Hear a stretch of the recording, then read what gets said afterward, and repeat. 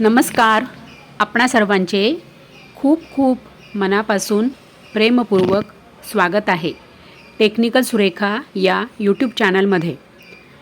आपण आज बघणार आहोत की कागदपत्रांअभावी ज्या लाडक्या बहिणींची ई-KYC राहिली आणि अशा या ई-KYC राहिल्यामुळे या ज्या सगळ्या लाडक्या बहिणी आहेत, कोणत्या लाडक्या बहिणी की ज्या निराधार आहेत, विधवा आहेत, परित्यक्त्या आहेत, एकल आहेत, घटस्फोटित आहेत, अविवाहित आहेत.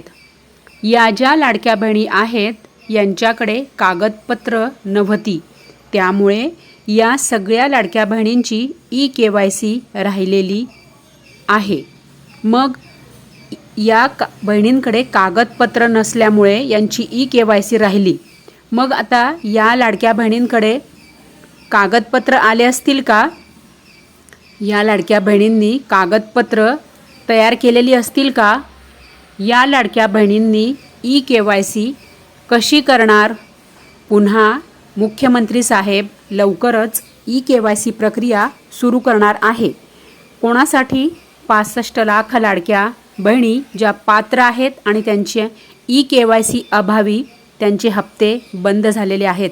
अशा लाडक्या बहिणींसाठी मुख्यमंत्री श्री देवेंद्रजी फडणवीस साहेब पुन्हा ई-KYC प्रक्रिया सुरू करणार आहेत. मग तेव्हा तुम्ही ऐन वेळेस कागदपत्र तयार करणार का? तर नाही.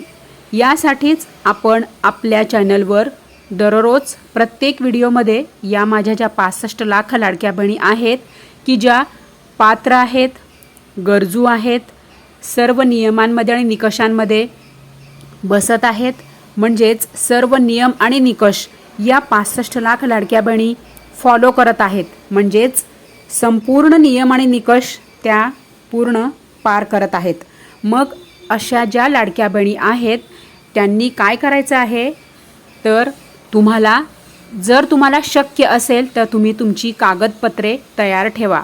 आणि जर काहीही केल्याने तुमच्याकडे जर कागदपत्र तयार होणार नसतील किंवा तुमच्याकडे ते कागदपत्र, जसे की आता वडिलांचे किंवा पतीचे आधार कार्ड लागते, बरोबर आहे की नाही? सेकंड OTPसाठी वडिलांचे किंवा पतीचे आधार नंबर लागतो. आणि आता ज्यांचे पती आणि वडील हयात नाही आहेत अशा लाडक्या बहिणींना त्यांना काय करावे लागते? तर त्यांचे घटस्फोटाचे कागदपत्र द्यावे लागतात. मग आता ज्यांचे घटस्फोट पण झालेले नाही आणि पतीजवळ पण त्या राहत नाही, मग अशा लाडक्या बहिणींकडे कागदपत्र येणार कुठून? दुसरी एक गोष्ट, ज्या एकल महिला आहेत त्यांच्याकडे कागदपत्र कुठून उपलब्ध होणार? ज्या लाडक्या बहिणी परित्यक्त्या आहेत त्यांच्याकडे कागदपत्र कुठून उपलब्ध होणार? मग अशा या सगळ्या लाडक्या बहिणी ज्या आहेत की त्यांच्याकडे काही जरी केले तरी, म्हणजे पुन्हा जरी ई-KYC सुरू झाली तरीसुद्धा या लाडक्या बहिणींकडे कागदपत्रे उपलब्ध होणार नाहीत. मग आता अशा ज्या लाडक्या बहिणी आहेत, अशा लाडक्या बहिणी तर पात्र आहेत.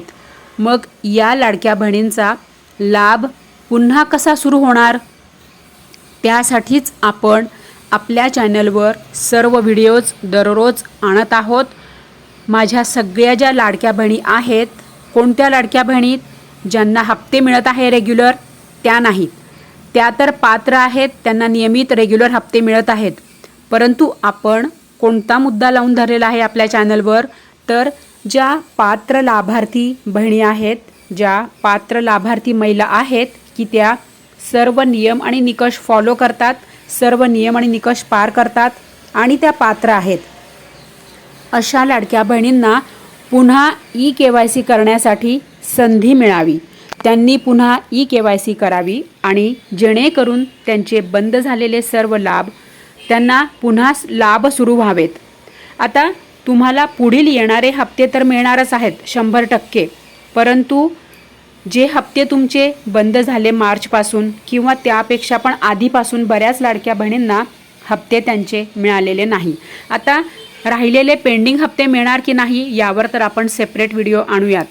परंतु ज्या माझ्या लाडक्या बहिणी अशा आहेत त्यांच्याकडे कागदपत्र कधीही उपलब्ध होणार नाही अशा लाडक्या बहिणींसाठी आपण अत्यंत महत्त्वाचे अपडेट या व्हिडिओमध्ये आता मी तुम्हाला सांगणार आहे। आता बघा, ई-KYC लवकर सुरू करा हा मुद्दा तर आपण लावून धरलेलाच आहे, परंतु 65 लाख लाडक्या बहिणींमधील अशा मी तरी म्हणते की 50% पेक्षा जास्त म्हणजे जवळजवळ 30 लाखापेक्षा जास्त लाडक्या बहिणी अशा आहेत 65 लाखांमध्ये की त्यांच्याकडे कागदपत्रे नाहीत किंवा त्यांच्याकडे जेव्हा ई-KYC प्रक्रिया सुरू होईल तेव्हा पण त्यांच्याकडे कागदपत्र उपलब्ध होणार नाहीत। मग आता अशा लाडक्या बहिणींनी ई-KYC करायची कशी, हाच आपण आता मुद्दा सुरू करणार आहोत आणि ई-KYCचा पण मुद्दा आपण सुरू करणार आहोत।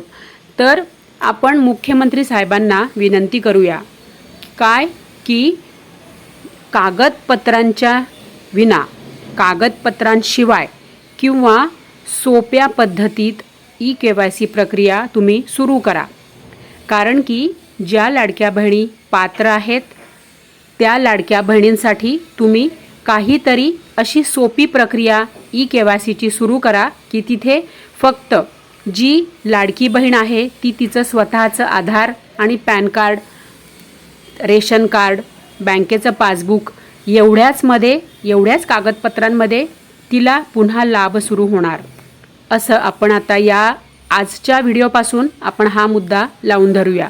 म्हणजे काय होईल की ज्या पात्र लाडक्या बहिणी आहेत की ज्यांच्याकडे कागदपत्रच उपलब्ध होणार नाहीत त्या लाडक्या बहिणी ई-KYC करतील, परंतु लाडकी बहीण योजनेच्या लाभापासून वंचित राहणार नाही।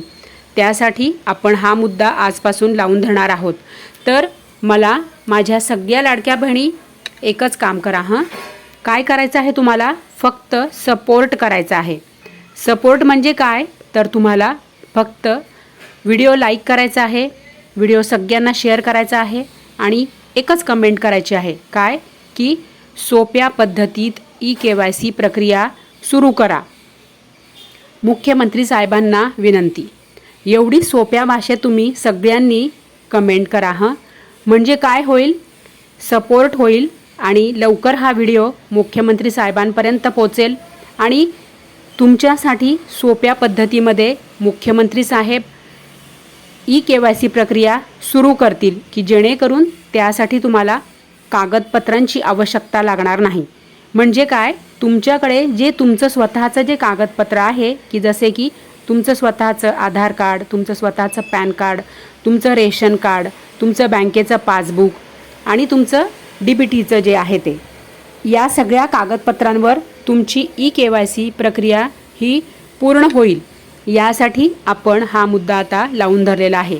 त्यामुळे सगळ्या बहिणींनी भरभरून सपोर्ट करा, भरभरून कमेंट करा, सगळ्यांनी हा व्हिडिओ भरभरून लाईक करा आणि सगळ्या बहिणींपर्यंत 65 लाख लाडक्या बहिणींपर्यंत हा व्हिडिओ पोहोचवा, शेअर करा, एवढीच माझी तुम्हाला विनंती आहे। तर लाडक्या बहिणी, आपली सगळ्यांची आपण काळजी घ्या, तुम्ही सगळ्याजण नेहमी आनंदी राहा। So thank you very much.